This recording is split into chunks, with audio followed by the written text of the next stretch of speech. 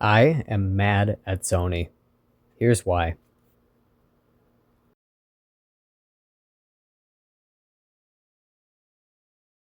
2 weeks ago, I reviewed the trailers for the new Until Dawn movie on my channel, and needless to say, I was disappointed. Now, I did not even know that a movie was in the works until I heard that the trailers had come out. And for some reason, I was pretty optimistic about this. I didn't think that they were going to copy the game, but I thought it could still be pretty good. But if the trailers are anything to go off of, then boy was I wrong. You see, Sony has transformed me from someone who doesn't really care about bad adaptations to someone who is frothing at the mouth. Because you see, they didn't just change the characters' names and give them different stories and change the entire plot of what occurs during the game. No, they also took every single element that could possibly make you think this is Until Dawn and just chucked it out the window. And at first it feels harsh saying that because the movie has not been officially released yet, but trailers are supposed to show you the vibe of this movie, right? So we're supposed to understand vaguely what's going to happen in this movie, right? All right, let's count on the list. Time loop. Holy shit, that's it. That's literally all they have. So, I'm not going to break down every single event that happens in the game Until Dawn, because there are plenty of other channels that have done much longer videos that I am mentally able to do. The purpose of this video is to break down the core elements of Until Dawn, the things that make it what it is, and the things that any movie adaptation would need in order to be considered a true adaptation, even if the characters and or plot have been slightly changed. Aha, you see, I am not a fan who refuses to let anything be changed. No, you see, I would have been fine with Sony changing the characters' names, putting them in fucking Iowa or wherever it is they are now, if it wasn't for the fact that they seem to be going directly against what this game was. I think one of the most notable parts of Until Dawn for me when I played it in 2015 was the surprise. And I don't mean jump scare surprises or anything, I mean the surprise of the depth of the plot. You see, when this game was advertised, it seemed very much, like a classic slasher, cabin in the woods type story. I feel like this was a pretty popular movie genre back then, too. I mean, the movie Cabin in the Woods came out not too long before this. But as you play the game, you slowly realize, oh, this isn't just, a bunch of teenagers getting killed in the woods. No, this is a story about betrayal. This is a story about secrets. This is a story about mental illness. Not to mention, this game has some of the best platonic relationships that I've seen in media, both between two male characters and a male and female character. So please join me as we dive further into the different elements of Until Dawn and why it looks like this movie ain't it. If we're going to be talking at all about the theme of Until Dawn, we have to mention Hannah and Beth, because they're the first scene in the entire game.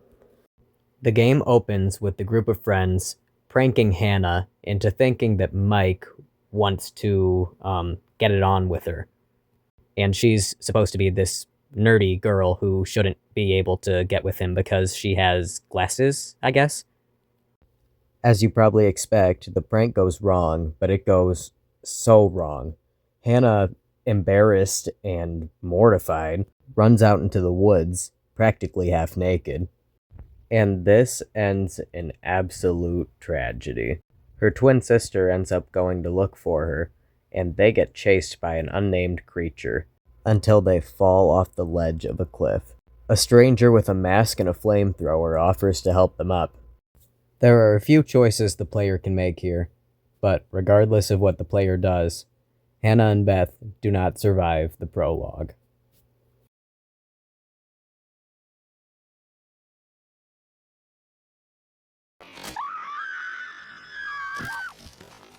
They see me rolling, they hate it. Jokes aside, when I first played this, I was 14, and I was taken aback by the brutality of the sister's death. And we need to take a step back and acknowledge just how big of a shift this is already. Now, I'm not saying that this exact tragedy needed to happen in the movie trailer, but changing the first event of the game this much already, from 2 deaths to a missing persons case, is already a huge shift. First of all, that is such a lowering of stakes, okay, going from 2 dead people to a missing persons case. Of course, I'm assuming that this girl's sister she's looking for is probably going to be dead, but by the end of the first part of Until Dawn, we know that the sisters are dead. And the next event in the game is this group of friends returning to the cabin a year later in honor of those sisters, and also to support their surviving brother, Josh, on the anniversary of their disappearance. Now, a story about a group of friends getting some kind of supernatural, spooky, eldritch horror karma is very different tone than... Those are not the same story, okay? And fine, okay, fine. They don't need to follow the story. Let's just throw the story out the window, okay? Because there's a lot more to this game than just Hannah and Beth. Let's pretend that this missing sister matters as much to the audience as Hannah and Beth did. Now we move on to the next aspect of Until Dawn that the movie didn't care about. Did you see this view? I mean, holy cow. Sometimes I forget to just stop and take it all in. The setting of Until Dawn is something that comes to a lot of players' minds when they first think of the game. The game takes place exclusively at Blackwood Mountain, the same place that the tragedy last year happened. The main area here is a ski lodge/cabin that is inhabited by the group of friends during the course of the game. Blue is the most prominent color throughout this game, with everything taking place at nighttime, hence Until Dawn. And from the trailer, we can obviously see that they are shooting a lot of daytime scenes for this, but you know, that's okay.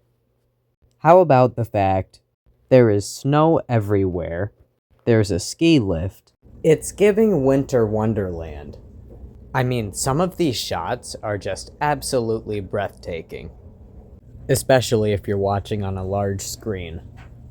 And yeah, like, wherever this is pretty too, but it does not evoke the same feeling in any way.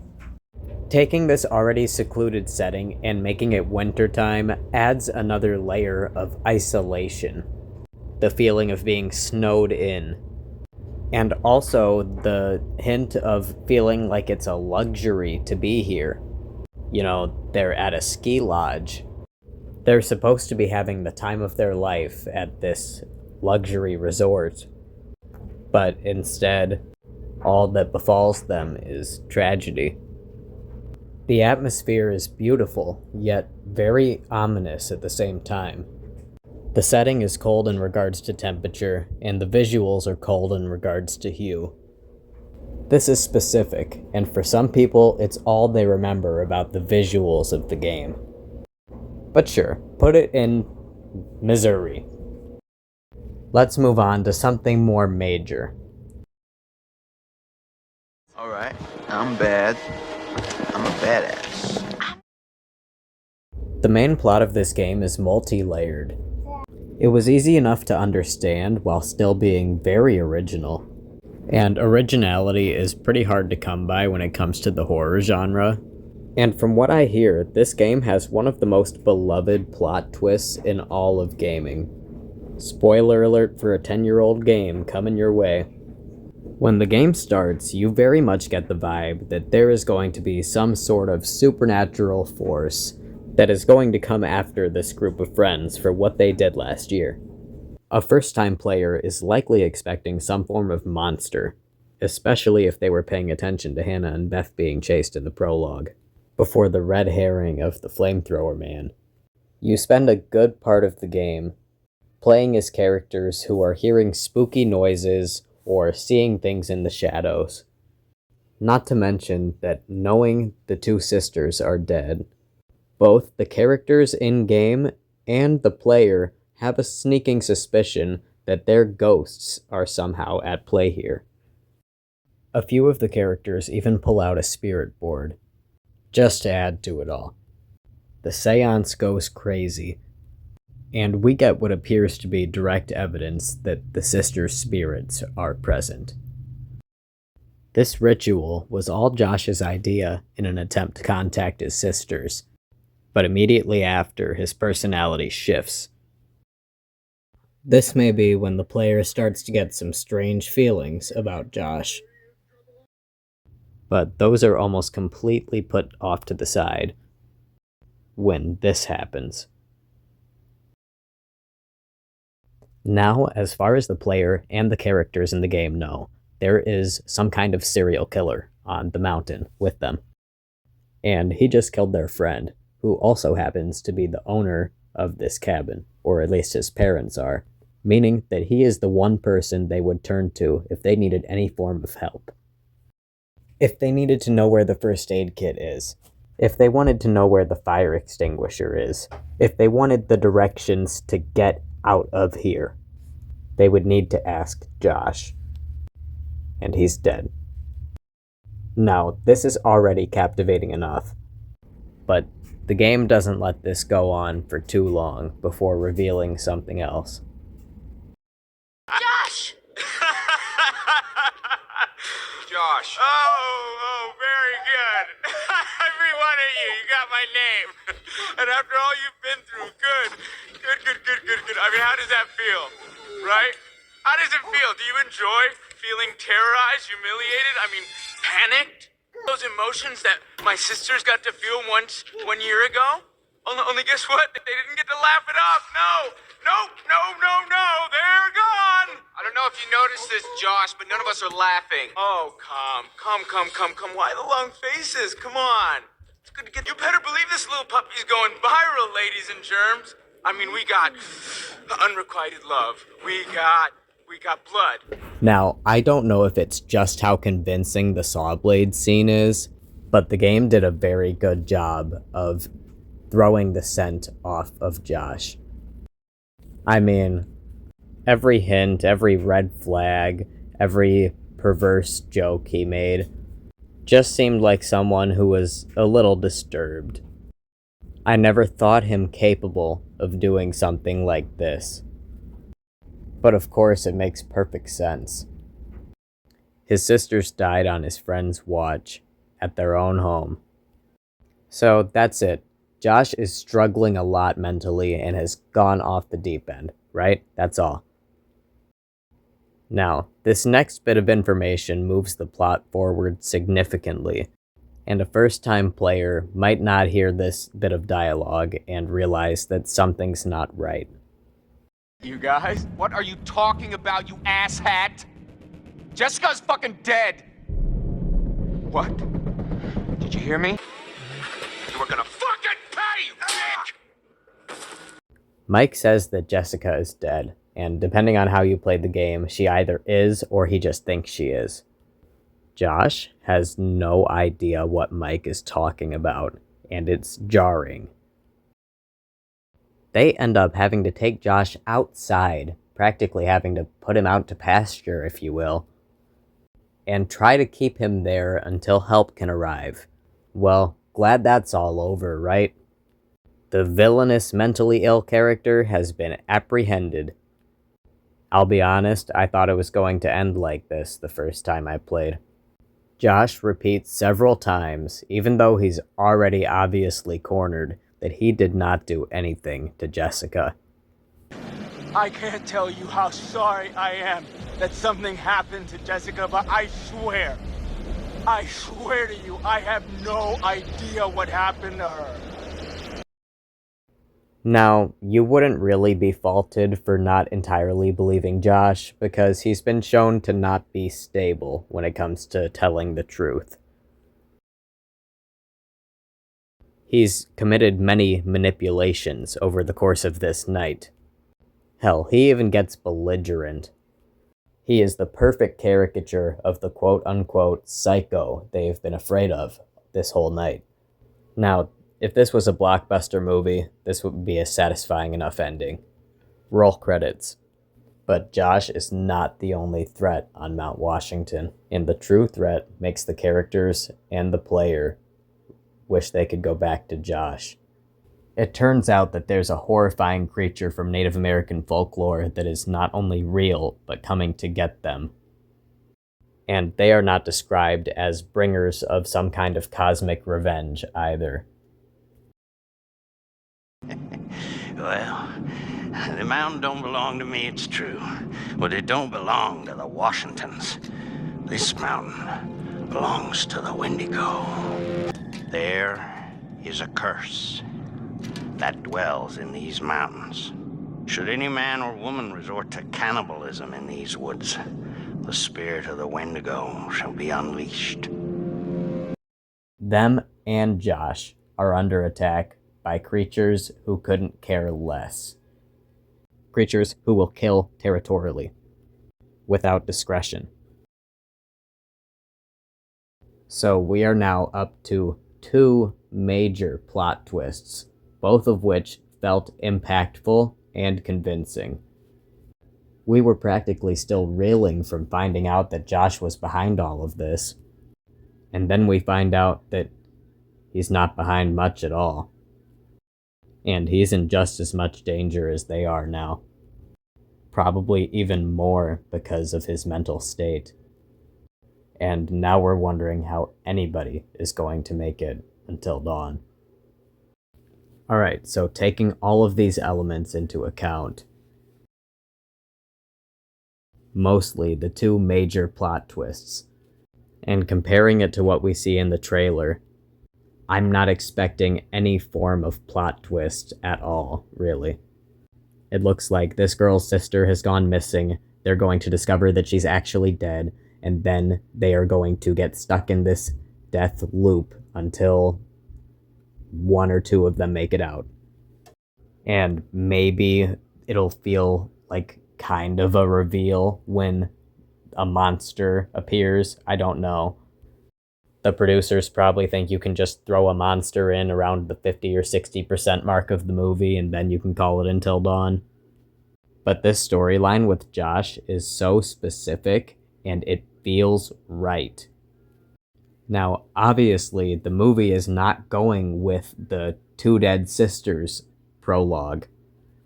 So they can't have a brother character be taking out revenge.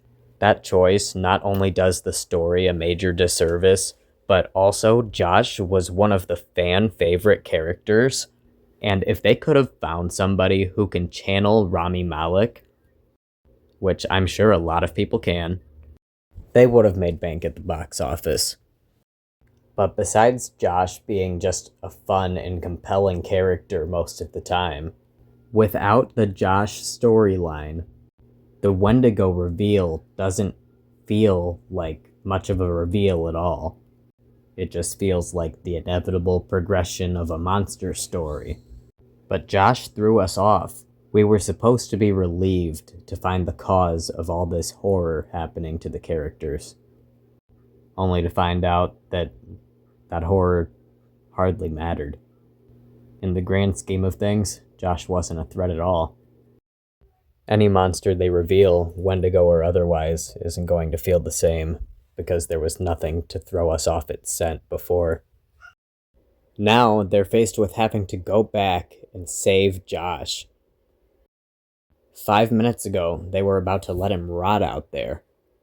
And now They're hoping to try to save him from something that's beyond human comprehension. This is one of the best plot twists that I have seen pulled off, especially because it was a two-parter. First, we think that we figured everything out when Josh took off his mask. Now, the mountain is taking off its mask. We were so focused on the drama of these characters and their interactions and hoping for them to get what they deserve, or for them to be forgiven. None of it seems to matter anymore.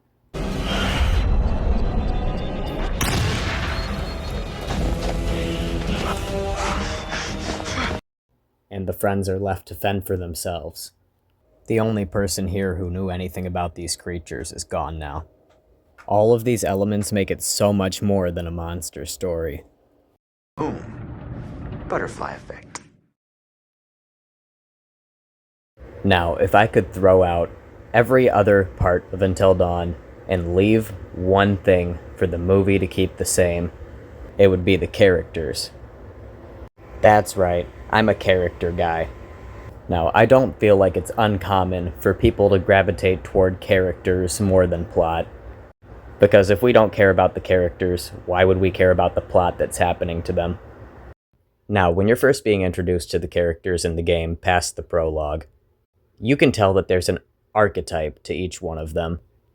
You can tell they were trying to give each character a distinct role. And a lot of these roles might be considered, classic horror character staples. Sam is the intellectual every girl that the player is supposed to put themselves onto. So we meet her first, and then we meet her friend Chris, the stereotypical nerd of the group, who also happens to be pretty funny. I'm okay.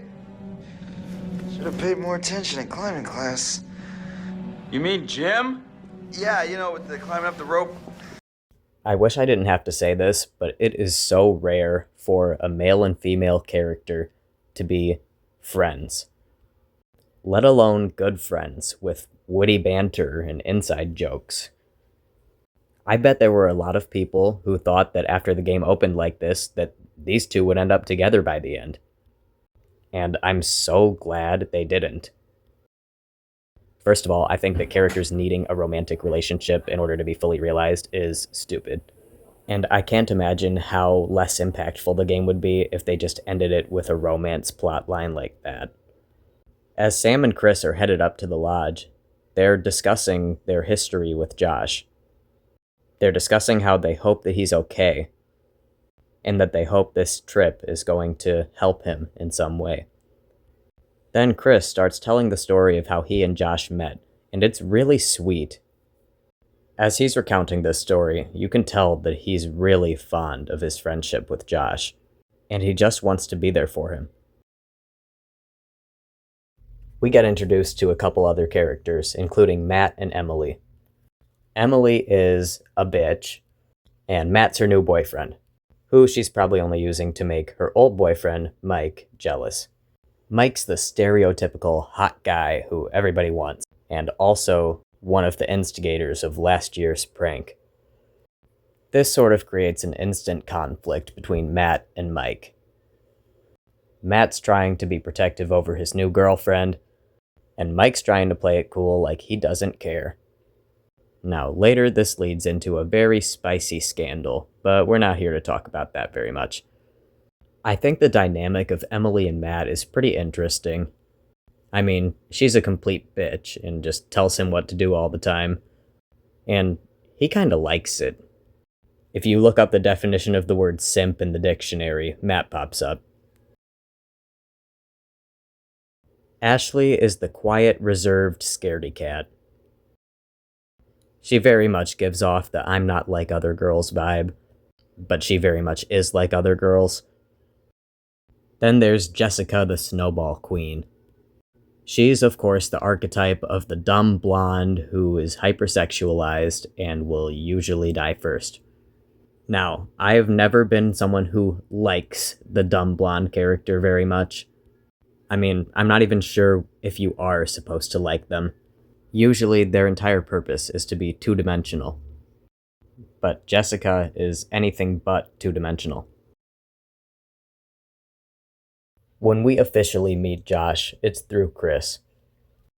Chris is even introduced in his screen card as Josh's best friend. And they have such a fun and genuine friendship, up until Josh goes crazy. Some of the best lines in the game are between Josh and Chris. Still, man. Right, still. Well, can't tie them up if they just wiggle around. Gosh, dude. I'm telling you, if this game didn't have so much comic relief, it would be very dark. And that's another part of Until Dawn that is so specific. It has to be dark and funny. The dark tone needs to be broken up every so often with just something random and funny. Just enough to make the audience giggle a little bit before something horrible happens. So I think the best way to break this down is to go character by character and show their transformation throughout this game, from archetypes into fully realized people. Starting with Sam, I'll be honest, she doesn't change much over the course of the story, but she's consistently shown to be the voice of reason from the beginning, making her the audience's vessel for the story. She and Mike are the final girl and final guy. They team up toward the end and attempt to save everyone, thus making them the heroes who burn the whole place down at the end.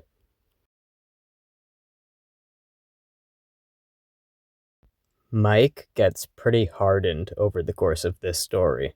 Believing Jessica is dead, and that there's a chance Emily could turn into a Wendigo, he points a gun at her head with no hesitation. He went from being the random hot guy to someone who is hunting down whatever took Jessica. And after he thinks she's gone, he doesn't care about anything else. Jessica started out very two-dimensional, but her humor got audiences to care about her. Also, an optional dialogue scene between her and Mike has her say that she is very insecure underneath her persona, which could make her relatable for a lot of people. But whether this before version of Jessica is funny or relatable is kind of irrelevant when you see her after. That is, if Mike doesn't stumble one time and get her killed gruesomely. This is probably because she's one of the main instigators of the prank last year on Hannah, but I still think her death is by far the worst looking one you can get. If she survives, however, she ends up looking like this. Matt finds her in the mines, and she is in bad shape. Then it was... What? I don't know. I was by the window and there was all this glass and it was in the snow and then it was moving so fast. Fuck. And then I was down here. Oh, God. Can you move? Yeah. Come on, Jess. Watching Jess try to walk in this part is just, so sad. She is limping. She is about to fall the fuck down. And the worst part is these creatures have super hearing. That's basically their only sense. And watching Matt try to stop her from falling over here and giving themselves away is so tense, it makes my skin crawl.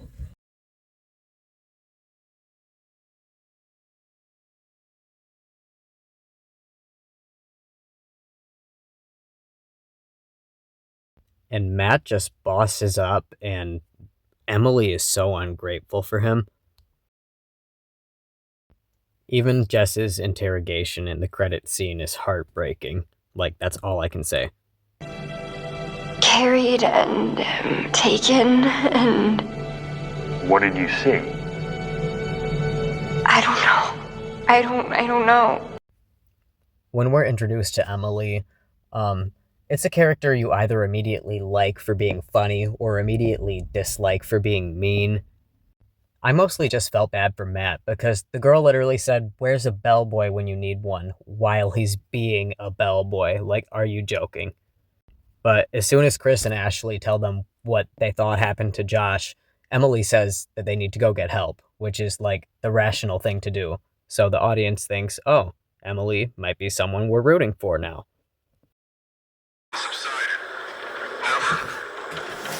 What? When? How long? Dawn at the earliest. Not until dawn. She got the title line. That must mean we care about her. Nah, for real though, I do love Emily. She's hilarious. Anyway, Emily falls down very far and just gets to do a bunch of badass stuff by herself for a little while. And, like, go girl.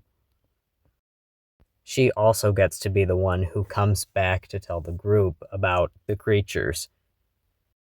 About 2 minutes before the flamethrower guy comes in and says the same thing.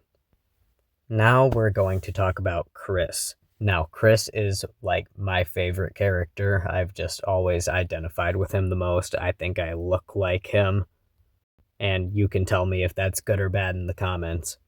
Now, what I first noticed is that Chris got the butterfly effect line in the beginning, and, you know, that makes him pretty significant to me. And he went from being, like, this kind of nerdy guy to someone who's trying as hard as he can to protect his friends. And I like that he's the one who got to go with the flamethrower guy and learn the lore. If it was Mike, that would have been too cliche. Burn it off first. It's gross. Well, what are these things like? I mean, are they just crazy unpredictable, or... I mean, can you figure out what they're gonna do? Well, they adhere to some patterns, like any animal.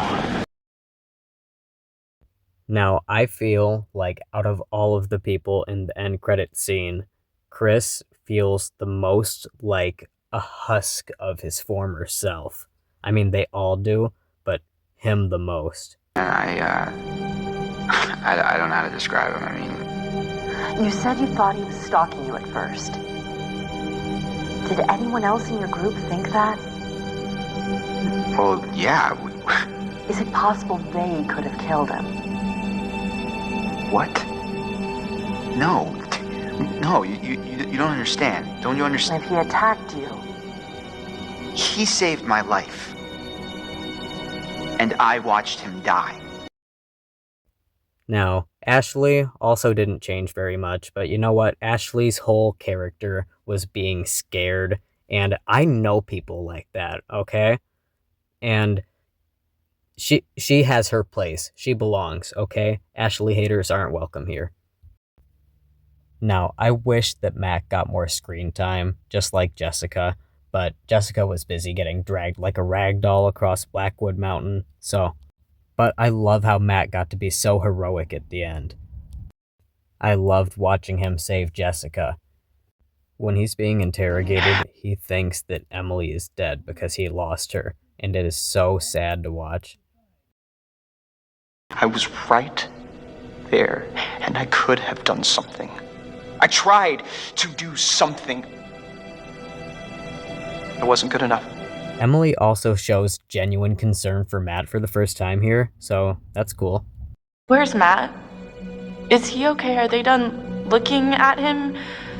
I'm just a little worried because, I'm his girlfriend. Did he tell you that? I mean, I probably wasn't his favorite person there for a couple minutes, but he knows how devoted I am to him. He knows. He said he knows, right? Mike is he's just hanging in there like that poster of a cat, okay? 10 out of 10 on the tough guy meter scale. It's giving Schwarzenegger. Sam has gone from being calm and cool and collected to very determined looking. Determined to forget about everything that happened, which will never work. She's also the voice of reason in saying that this needs to be investigated. something needs to happen. I don't care if you believe me or not. Doesn't matter because you will. You need to go down to the mines. What's in the mines, Sam? This is the scariest fucking smile I've ever seen. As for Josh, I was so conflicted about how to feel about him. A lot of people could point to Josh and say that he's a bad representation of someone with mental illness because he's just being evil and that's it. But by the end, you see he's just a danger to himself. I wonder how much these sessions are of any help for you now. Just won't listen to me and things seems pretty fucked up.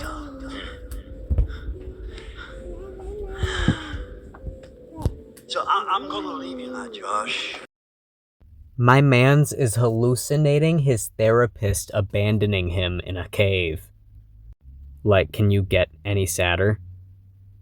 That's why I don't think Josh is like a bad representation character. Because you can tell he's just sick. You can't tell me what to do. You can't tell me what to do anymore. Oh, okay. I trust you. I trust you. There are optional artifacts and things that you can find in the game that point to Josh being medicated incorrectly. Why didn't you save us, Josh? Why did you want us to die? I didn't want you to die. I swear. He doesn't deserve to hallucinate his dead sisters tormenting him for the rest of eternity here. Now, Sam and Mike do find Josh in the middle of him hallucinating, and that's when they realize, oh, like, he is gone. This guy's transformed from an evil psycho who's chasing them around to being just absolutely incoherent and unable to care for himself.